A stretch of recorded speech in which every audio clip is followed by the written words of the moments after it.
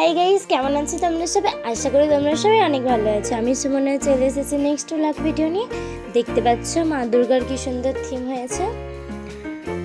তো গাইস চলো তোমরা দেখতে থাকো। ওকে, তো গাইস প্রথমেই বলে রাখি এই ভিডিওটা অনেক দিনের ভিডিও। তোমরা হয়তো ভাববে দুর্গাপুজোর ভিডিও এতদিনে ছাড়ছে কালী পুজোর ভিডিও পোস্ট করার পর। ঠিকই বলেছো, কারণ এই ভিডিওটা ছাড়া হয়ে ওঠেনি আর কি, মানে ছিল ছাড়বো করে ভুলে গিয়েছিলাম। দুর্গাপুজোর অলরেডি 3টে ভিডিও পোস্ট করেছি, তো ভাবলাম এটা যখন আছে ভুলে যখন গিয়েছিলাম পরেই ছেড়ে দিই। গ্যালারিতে আছে যখন, এত সুন্দর একটা থিম না ছেড়ে থাকা যায়, তো ছেড়ে দিলাম।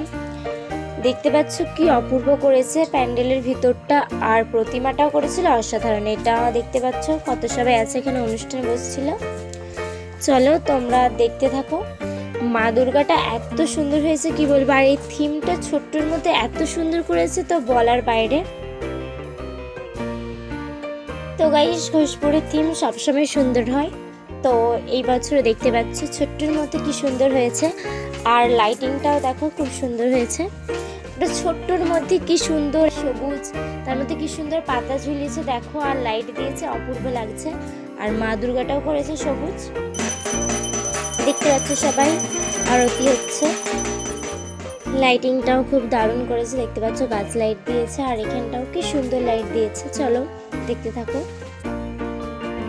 তো এখানে দেখতে পাচ্ছ অনুষ্ঠান হয়, তো সবাই দেখতে এসেছিল, বসেছিল।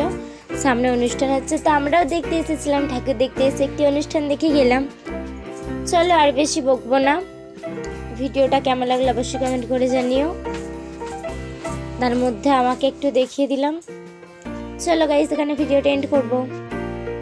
তো গাইস ভিডিওটা ভালো লাগলে লাইক কমেন্ট শেয়ার, চ্যানেল নতুন হলে সাবস্ক্রাইব করে পাশে থেকে। বাই গাইস, দেখাবে নেক্সট ব্লগে।